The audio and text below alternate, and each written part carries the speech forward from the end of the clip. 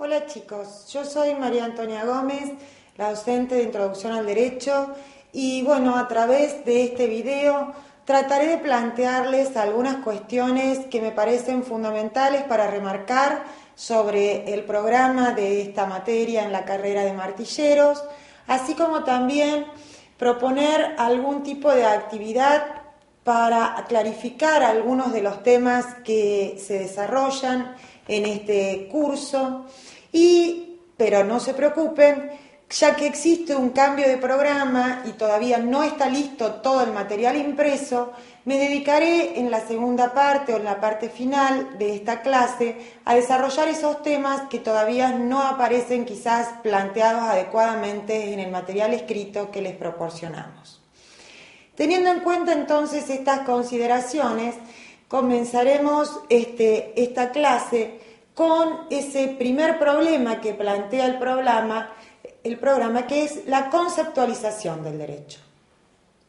Conceptualizar el derecho no es una tarea fácil, es una tarea compleja, atento a que el derecho es un término que puede presentar dificultades para su conceptualización. Esto es quizás el punto crucial de esta primera unidad en donde gira el resto de la temática. Las dificultades que existen para conceptualizar este objeto que llamamos derecho y cuyos primeros contenidos verán ustedes a través de esta materia. Y por otro lado, no creer que esa dificultad impide arribar a una conceptualización. Por lo tanto, el primer problema para resaltar en esta cuestión es el que el derecho es un término ambiguo. La ambigüedad en el derecho es el primer problema que encontramos. Ustedes lo verán muy claramente a continuación que hablar de la ambigüedad es pensar que derecho es un término con varios significados. No se trata de significados no relacionados, sino que se trata de significados correlacionados o referidos entre sí. En segundo lugar, como consecuencia de estos distintos significados, la conceptualización del derecho plantea el problema de la vaguedad. Decir que derecho es un término vago, es decir, que existen dificultades para caracterizar el mismo. Es muy sencillo, por ejemplo, caracterizar al cuadrado. Uno piensa en cuadrado y dice una figura geométrica de 4 lados iguales que se cortan formando ángulos rectos. Por lo tanto, ahí ven ustedes un ejemplo de lo sencillo que es la caracterización de ese término. Si derecho presenta el problema de tener varios significados, traerá esto como consecuencia que exista un problema de vaguedad, es decir, problemas para caracterizarlo.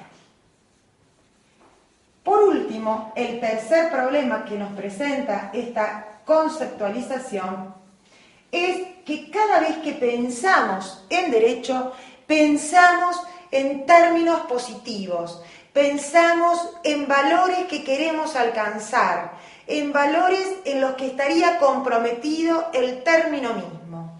Es decir, derecho tendría una carga emotiva favorable. Hablamos de carga emotiva favorable, repito, porque el término nos remite de algún modo a valores positivos que creemos que forman parte del concepto o que a través de este objeto se van a alcanzar. Hay términos que no tienen valores positivos o no tienen cargas emotivas favorables, sino por el contrario, tienen cargas emotivas desfavorables. Un ejemplo de esto es el término dictador. Cuando yo descalifico a alguien, utilizo el término de la dictadura, del dictador. En cambio, con derecho reafirmo valores. Estos tres son los problemas y veremos esto a continuación en un texto que les va a permitir clarificar precisamente cómo se plantea el problema. Borro y continuamos.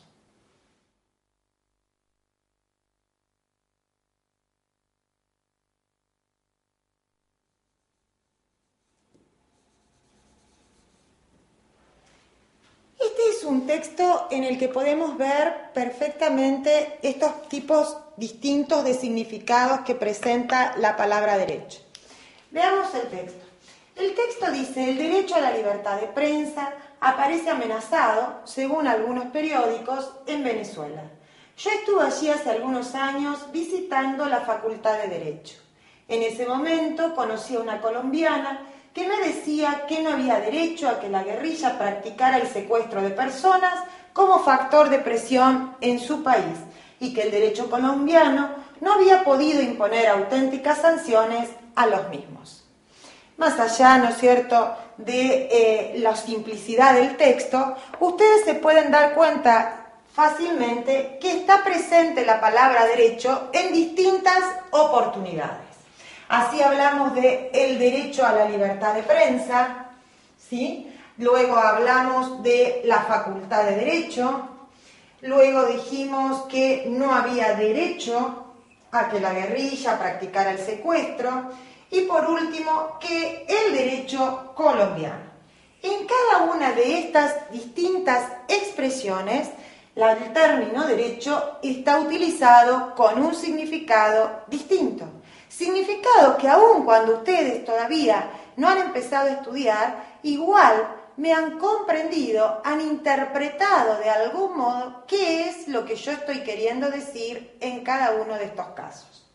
En el primer lugar, cuando hablo del derecho a la libertad de prensa, es indudable que el término derecho es utilizado en el sentido que luego llamaremos derecho subjetivo. Cuando hablo, en cambio, de la facultad de derecho, el término derecho remite a un concepto sobre ciencia jurídica. Cuando digo que esta colombiana hipotética que he conocido me decía no hay derecho a que la guerrilla practique el secuestro, es indudable, ¿no es cierto?, que el término derecho se asemeja a lo que llamamos a veces justicia. Lo está utilizando en el sentido de no es justo a que la guerrilla realice esta práctica. Y por último, cuando digo que el derecho colombiano no había podido imponer sanciones, derecho es utilizado como sinónimo de derecho positivo. Se trata de 4 usos distintos del término derecho. Se trata de 4 significados distintos del término derecho. Y en todos los casos yo utilizo el mismo término. Esto muestra entonces los problemas que existen para conceptualizar este término. Este problema solamente puede ser superado si cuando pensamos en la conceptualización lo hacemos pensando desde una perspectiva determinada. No es bueno que el docente comience la clase de introducción al derecho diciendo el derecho es tal cosa. Eso implica haber tomado una postura ideológica. Derecho siempre es un término que remite a ideología y a poder. Y esto solamente puede ser verificado, solamente puede ser comprendido si se muestran las distintas perspectivas. Hacia esas perspectivas vamos ahora.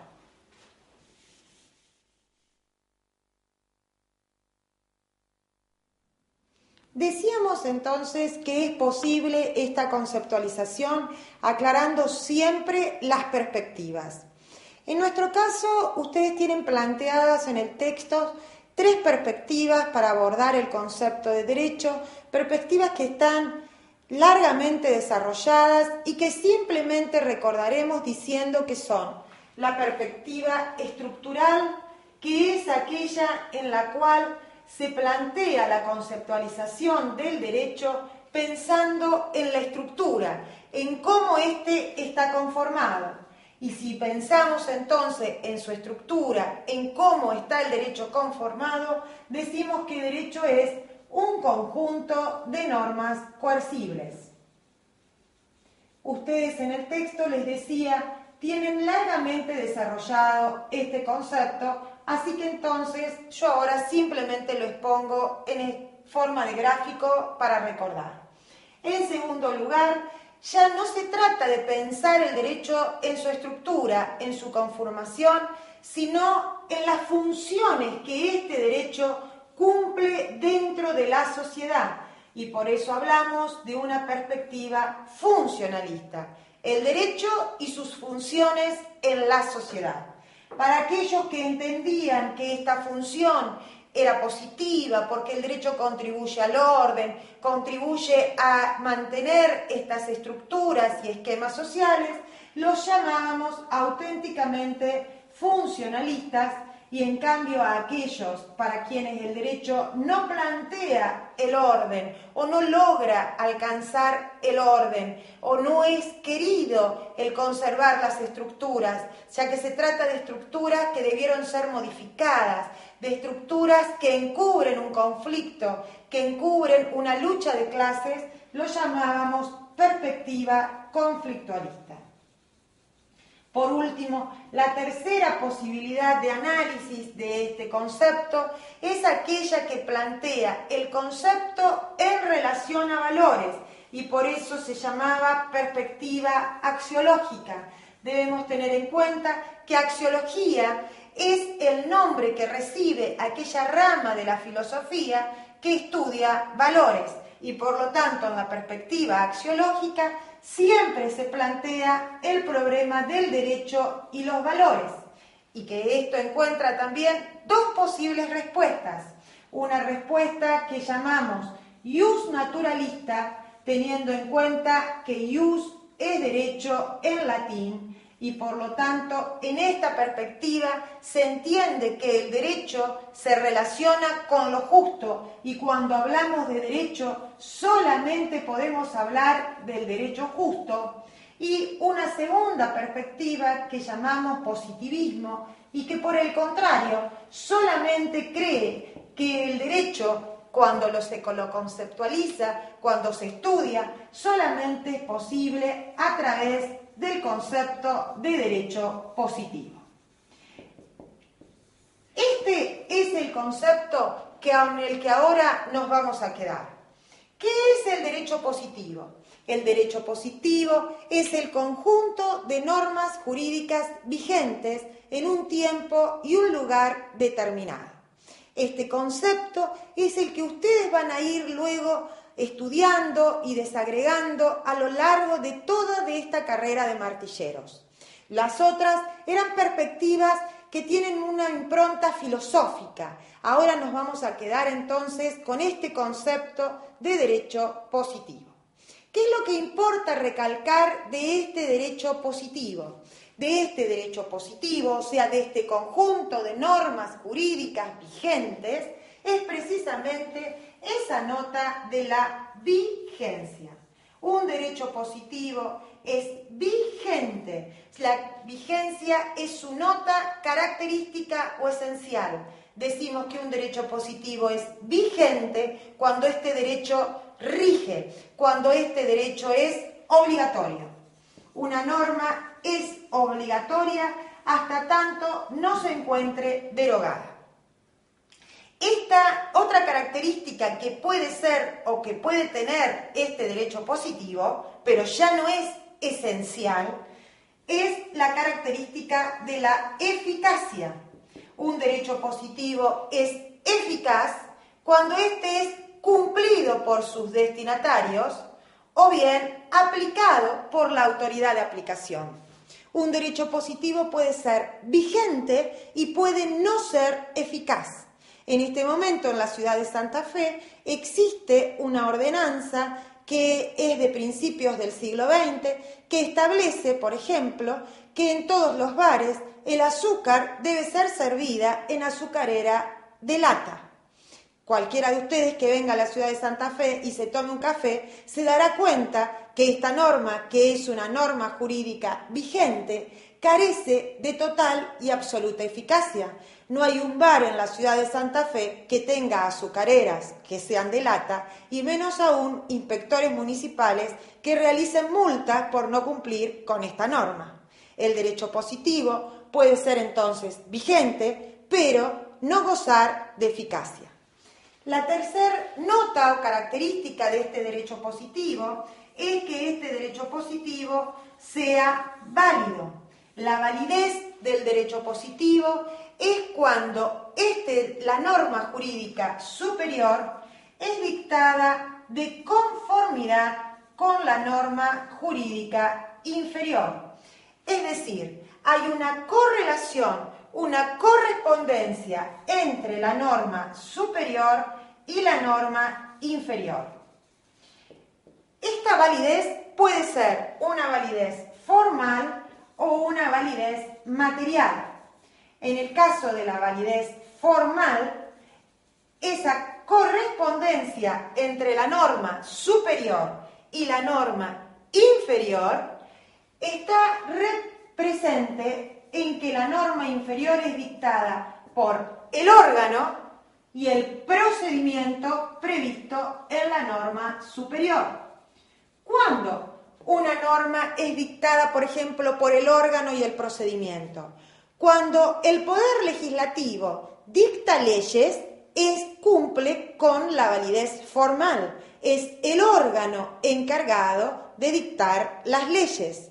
Y cuando lo hace a través de ese procedimiento que es la discusión, el debate, la sanción, la promulgación posterior de la norma por parte del Poder Ejecutivo, es decir, todo ese procedimiento para el dictado de las leyes previsto en la Constitución, esa ley es válida. La norma superior es la Constitución que establece cuál es el órgano, cuál es el procedimiento para el dictado de la ley.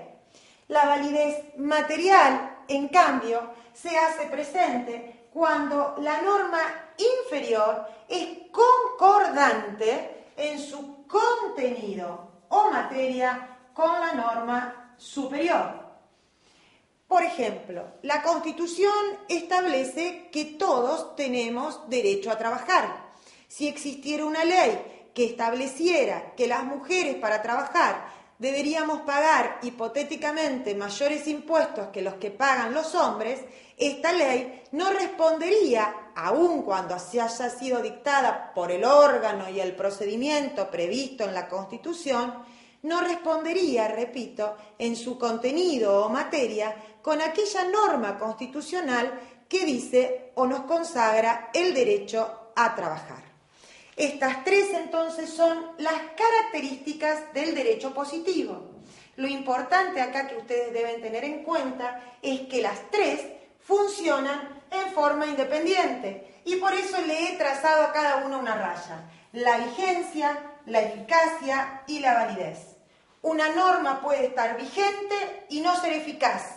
Una norma puede estar vigente y puede no ser válida. Y el ejemplo más actual que tengo era la famosa resolución 125 del Poder Ejecutivo. Era una norma vigente, pero no válida, porque era dictada por un órgano que no tenía competencia para ello. Puede ser una norma vigente, por lo tanto, y no eficaz o no inválida. Pero mientras esté vigente, la misma resulta obligatoria, a pesar de su invalidez o a pesar de ser una norma ineficaz. Vamos a ver ahora entonces cuáles son estas normas que conforman el derecho positivo.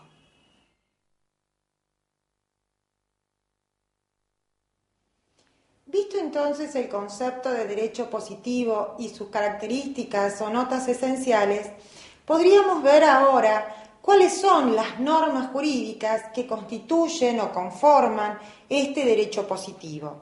Es decir, cuáles son o a qué nos referimos cuando hablamos de ese conjunto de normas jurídicas vigentes. Este tema de este conjunto de normas jurídicas vigentes ha sido tratado en la doctrina tradicional con el nombre de fuentes del derecho positivo. Es decir, cuando hablamos de fuentes del derecho positivo, entonces, repito, hablamos de cuáles son las normas jurídicas que auténticamente constituyen el derecho positivo. En primer lugar, no cabe ninguna duda que la norma jurídica fundamental de este derecho positivo es la Constitución Nacional. La Constitución Nacional, también llamada norma fundamental o ley suprema del Estado.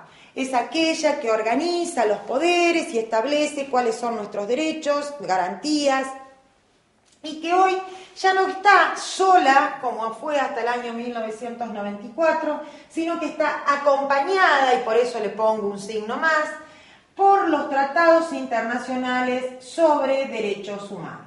Hoy ambos están en la misma escala jerárquica de normas de nuestro derecho positivo: Constitución Nacional y tratados internacionales sobre derechos humanos. En segundo lugar, aparece la ley. La ley es la norma jurídica escrita y obligatoria y general dictada por el Poder Legislativo. El único que puede dictar la ley es el Poder Legislativo. Esta norma jurídica, entonces, repito, es escrita, es obligatoria y es general. Y solamente puede provenir del Poder Legislativo, único órgano capaz de crear la ley. En tercer lugar, aparece dentro de estas fuentes del derecho positivo los decretos. Los decretos son también una norma jurídica escrita, general o no, pueden ser individual en algunos supuestos, y emana del Poder Ejecutivo. Su rango es inferior al de la ley. Los decretos pueden ser clasificados de distinto modo. Están los decretos administrativos, que son aquellos que el Poder Ejecutivo dicta para su organización de la administración pública. Establecen, por ejemplo, el horario de atención al público de la administración pública. Los decretos reglamentarios, que sí son importantes, ya que reglamentan, especifican, refieren a una ley, y los nuevos incorporados con la reforma constitucional del 94, decretos de necesidad y urgencia y decreto delegado. Ambos constituyen auténtico ejercicio de función legislativa por parte del Poder Ejecutivo. Repito, entonces, decretos administrativos, decretos reglamentarios, decretos de necesidad y urgencia y decretos delegados. En cuarto lugar, encontramos como norma de este derecho positivo o dentro de estas fuentes del derecho positivo a la costumbre jurídica. La costumbre jurídica es una norma jurídica general no escrita. Esta es la importancia que tiene esta norma. No escrita y que es dictada por el grupo social, que cree que es obligatoria, tiene la conciencia de que esta norma es obligatoria. La costumbre jurídica ha sido una norma tradicional o la que aparece en las primeras etapas de la evolución o de formación de una sociedad. Hoy, como consecuencia de los riesgos que ella implica al no encontrarse escrita en esta sociedad compleja en la que vivimos, ha ido quedando relegada y son pocos hoy los espacios que quedan cubiertos con esta norma jurídica. Ella aparece mucho más en los temas de derecho comercial, del derecho marítimo o de la navegación, donde la fluidez, el tráfico comercial impone muchísimas veces estas conductas que se repiten a lo largo del tiempo con la creencia de que son obligatorias y que en consecuencia pueden ser exigidas. Entre nosotros tenemos hoy como ejemplo de estas costumbres jurídicas muchísimas veces la comisión que perciben o se perciben en los negocios inmobiliarios por las inmobiliarias cuando ésta no está convenida dentro de un contrato, no está prevista en ninguna ley y sin embargo igualmente la inmobiliaria que haya intervenido en esa operación transaccional puede igualmente percibir esta comisión como consecuencia de esta costumbre jurídica. En quinto lugar, nos encontramos con una fuente del derecho como dudosa, cuestionada, no por todos aceptada, pero que nosotros creemos que debe ser incluida, que es la jurisprudencia. La jurisprudencia es aquellos criterios que surgen como consecuencia de fallos concordantes sobre una misma materia dictados por distintos tribunales del país. Es decir, son criterios interpretativos que surgen de distintos fallos y que vienen a cubrir entonces algunos espacios no regulados por la ley. Esta jurisprudencia viene teniendo cada vez mayor presencia entre nosotros como una auténtica fuente del derecho positivo. Existen distintos ejemplos, pero así para buscar algunos sencillos que ustedes puedan comprender, encontramos lo que se ha denominado el derecho de objeción de conciencia, es decir, el derecho que tenemos todos a poder decir esto no lo hago, y no lo hago porque ofende o conmueve mi espíritu interior, conmueve mi conciencia. Este derecho de objeción de conciencia no está previsto ni en la Constitución, ni en los tratados internacionales sobre derechos humanos, ni en la ley. Es un derecho que se nos ha sido reconocido a través de distintos fallos dictados por distintos jueces y que han permitido que, por ejemplo, los testigos de Jehová puedan, en virtud del mismo, no reverenciar los símbolos patrios o cuando era obligatorio, no realizar el servicio militar. Es el derecho que nos permite decir esto no, pero no por cualquier motivo, no por un mero capricho, sino por una cuestión de conciencia. En sexto lugar, encontramos acá, también como fuentes de este derecho positivo, unas normas jurídicas individuales, que son la sentencia y el contrato. Mientras las otras son todas normas jurídicas generales, la sentencia y el contrato son normas jurídicas individuales, es decir, no están llamadas a regular un sinnúmero de casos, sino por el contrario, están llamadas a regular un caso concreto. La sentencia solamente para quienes han sido partes del proceso judicial y el contrato solamente para quienes han sido partes de dicha negociación jurídica. En ambos casos, entonces, son normas jurídicas.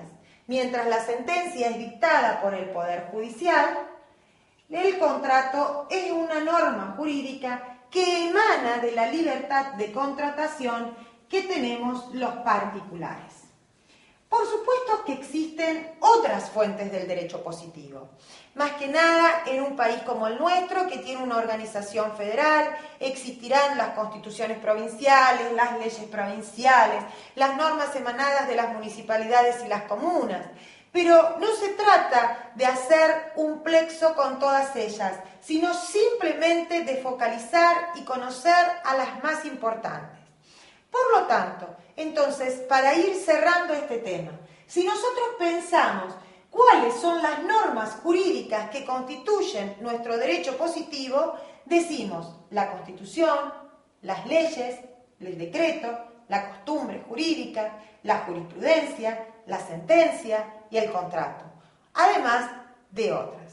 Lo más importante de esto es que ustedes deben conocer y comprender que a pesar de que no las conozcamos, de que sea imposible conocer todas estas normas jurídicas que se encuentran vigentes, igual todas ellas son obligatorias y nadie puede excusarse de su cumplimiento diciendo que no las conoce. Nadie puede invocar el error de derecho. Las normas son por todos conocidas, así lo presume el derecho mismo. A continuación, podríamos decir que este derecho positivo, por unas cuestiones prácticas, didácticas, es distinguido entre derecho público y derecho privado. Este tema está ampliamente desarrollado en el cuadernillo, así que entonces no lo vamos a abordar en esta clase.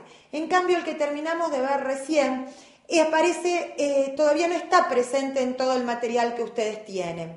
No se preocupen que con esto que están viendo es lo único que puede llegar a ser materia de un examen.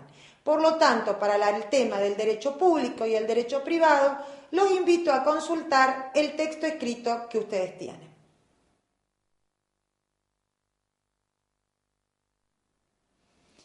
¿Cómo conocemos estas normas del derecho positivo?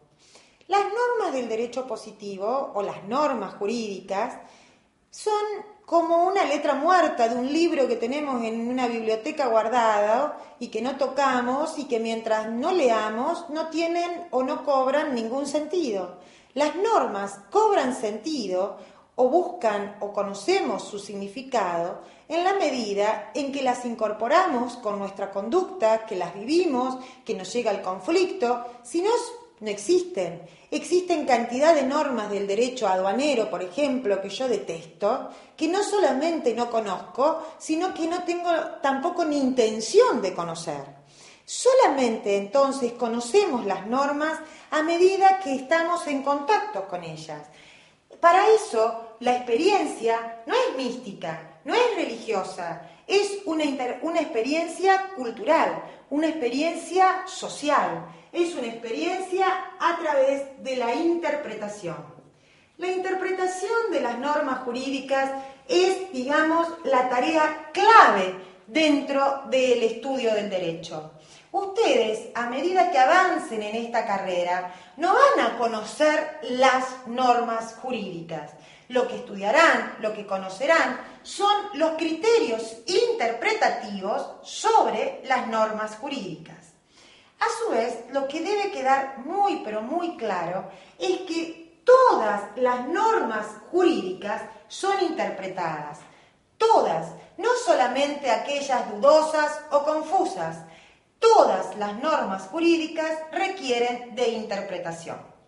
Entonces, ¿qué es interpretar? Interpretar en un sentido clásico, tradicional, como se viene hablando desde principios del siglo XIX, estamos ya en el XXI, es decir que es conocer el sentido y el alcance de las normas jurídicas.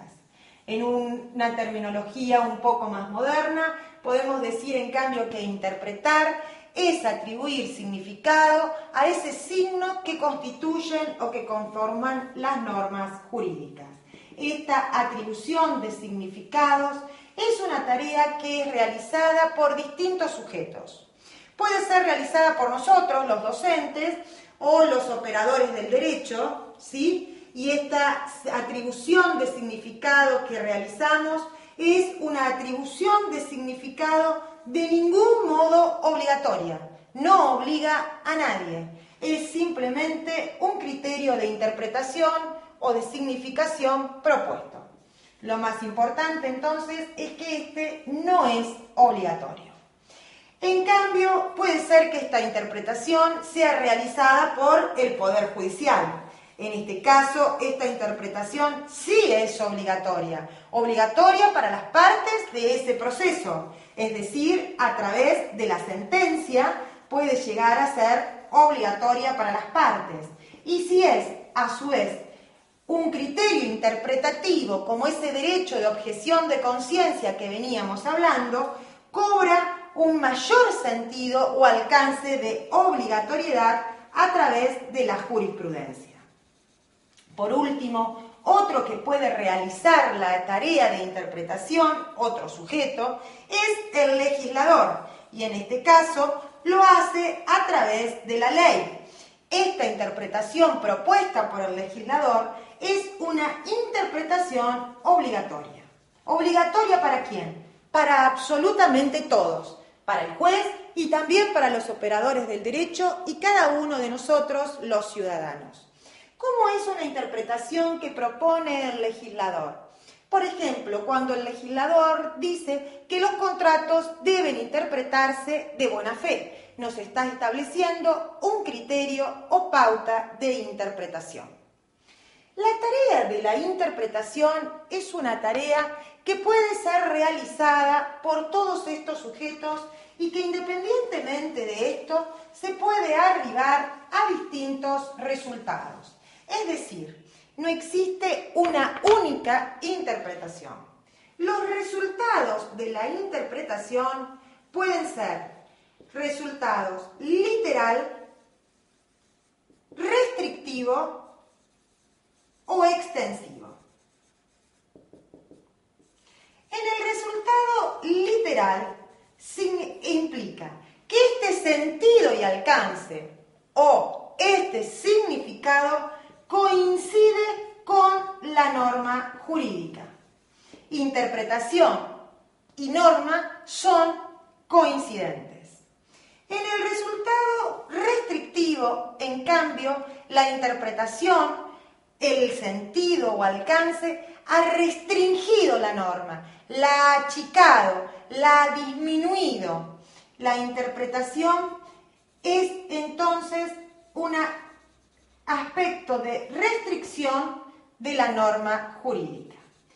Con el resultado extensivo, en cambio, como lo dice su nombre, la interpretación, el sentido y alcance, por el contrario, ha extendido el campo de aplicación de la norma jurídica. ¿Cómo podemos hacer esto? Verlo en un ejemplo. Este ejemplo es un ejemplo clásico trabajado por infinidad de autores. Y se trata, imaginemos una situación hipotética de que somos todos parte de un consorcio, de un edificio ubicado en la ciudad de Santa Fe, consorcio que tiene como norma jurídica una que está presente en muchísimos edificios que dice prohibido tener perros. Esta es la norma jurídica que debemos interpretar. Aparentemente una norma muy sencilla, que no plantea ninguna duda. Prohibido tener perros. La cuestión es que esta norma cobra vida, auténtica, ¿no es cierto?, cuando en este edificio se plantea un problema. La señora del departamento A se ha comprado un labrador. El señor del departamento B también se ha comprado un labrador, pero el señor del departamento B tiene problemas, algún tipo de discapacidad visual, y este labrador, además de ser una compañía, es un auténtico lazarillo. Y mientras tanto, la familia que vive en el C se ha comprado 3 gatos, ¿sí? Entonces, repetimos, en el A hay un labrador, en el B hay un labrador, pero que es una ayuda para una persona con una discapacidad visual, y en el C hay 3 gatos. ¿Cómo hacemos frente a esta norma que dice prohibido tener perros? En una interpretación literal, ¿sí? Repito, el significado coincide con la norma, lamentablemente los 2 labradores son expulsados hoy mismo de este edificio, sin hacer ningún tipo de distinción, mientras que la familia del C continuará viviendo con sus 3 gatos, ¿sí? En una interpretación restrictiva, dado que esa solución que he encontrado recién posiblemente no sea justa, puedo decir lo siguiente. La norma dice prohibido tener perros, ¿verdad? Por lo tanto, el labrador del departamento A es expulsado de este edificio. Mientras que, en cambio, el labrador del departamento B, en cuanto es una ayuda, una compañía, un lazarillo para esta persona con discapacidad visual, puede ser conservado dado el fin que cumple el animal con su dueño. La solución puede que todavía no sea muy justa y equitativa, ya que los 3 gatos hacen tanto ruido o más aún que un labrador y posiblemente tengan también más olor. Por lo tanto, se me vuelve a presentar el problema en este consorcio del edificio y respondo lo siguiente: que la norma que dice prohibido tener perros, en realidad lo que está buscando es que no existan animales en este edificio que perturben a los otros consorcistas. Y que, por lo tanto, no solamente será expulsado el labrador del departamento A, sino que también extensivamente extiendo el campo de aplicación de la norma a los 3 gatos del departamento C, que hoy mismo también son echados de este lugar. Ustedes se pueden dar cuenta entonces con este ejemplo que los resultados de la interpretación pueden ser cualquiera de estos. No necesariamente es un resultado literal o un resultado restrictivo o un resultado extensivo. Lo único que el derecho debe hacer es justificar por qué elige uno de estos resultados en la interpretación. Hay caminos, hay métodos para llegar a esta interpretación. A principios del siglo XIX, con Napoleón, se pensaba que había técnicas, métodos o caminos que debían necesariamente ser recorridos para llegar a la interpretación. Hoy estos métodos son considerados o conocidos como los métodos clásicos de interpretación, con algunos agregados. Ellos no aseguran un resultado verdadero, pero son sí quizás las vías más comunes o habituales utilizadas por los investigadores o por el Poder Judicial para lograr la interpretación de las normas. ¿Cuáles pueden ser esas técnicas o esos recorridos? Vamos a utilizar este pedacito del pizarrón para que nos quede claro que es muy cortito. Por un lado, el método o técnica gramatical. Como lo dice su nombre, se tratará de interpretar el texto palabra por palabra.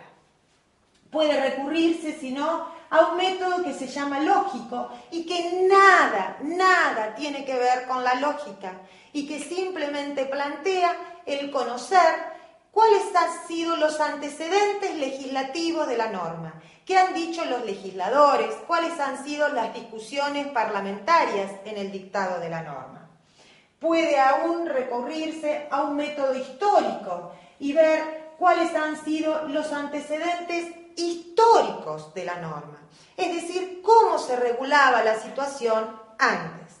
Y aún puede recurrirse a un método que es insoslayable, que se denomina sistemático, y es la norma en su relación con otras normas. Nunca aparece esta norma del prohibido tener perros sola. Esta norma forma parte de un sistema, forma parte de ese sistema que a principios de esta clase lo hemos llamado derecho positivo. Y por último puede recurrirse a un método que se llama teleológico. Teleo viene del griego y significa fin y apunta al fin de la norma. Cuando yo resolví esta interpretación del prohibido tener perros y expulsé a los pobres 3 gatos del departamento C, lo hice precisamente pensando en cuál era el fin de esa norma que se había dictado en ese consorcio, en ese edificio. Y dije que era el no molestar a los vecinos con mascotas o animales. El tema de la interpretación no significa que estos 3 o 5 métodos sean los únicos que puedan ser utilizados. Estos son los más importantes, los clásicos, repito.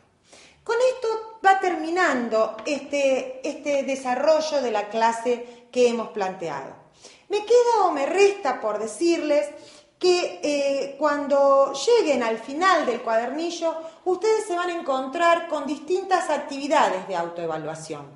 Estas actividades apuntan simplemente a que ustedes mismos puedan ver si han comprendido los distintos temas y por lo tanto el modo más satisfactorio para realizar las mismas es que ustedes contesten y ustedes mismos vuelvan al texto viendo, ¿no es cierto?, las dificultades que la pregunta o la actividad les ha planteado. De ninguna manera estas actividades de autoevaluación deben ser remitidas al aula virtual, ni deben ser entregadas en ningún lado. Yo no realizo ninguna corrección de estas actividades. Les repito, chicos, se llaman de autoevaluación y por lo tanto ustedes son los que deben ir realizándolas.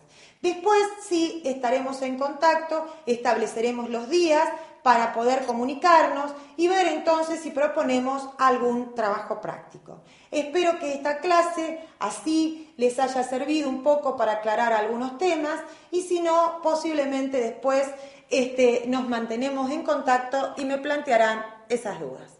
Muchas gracias y hasta luego.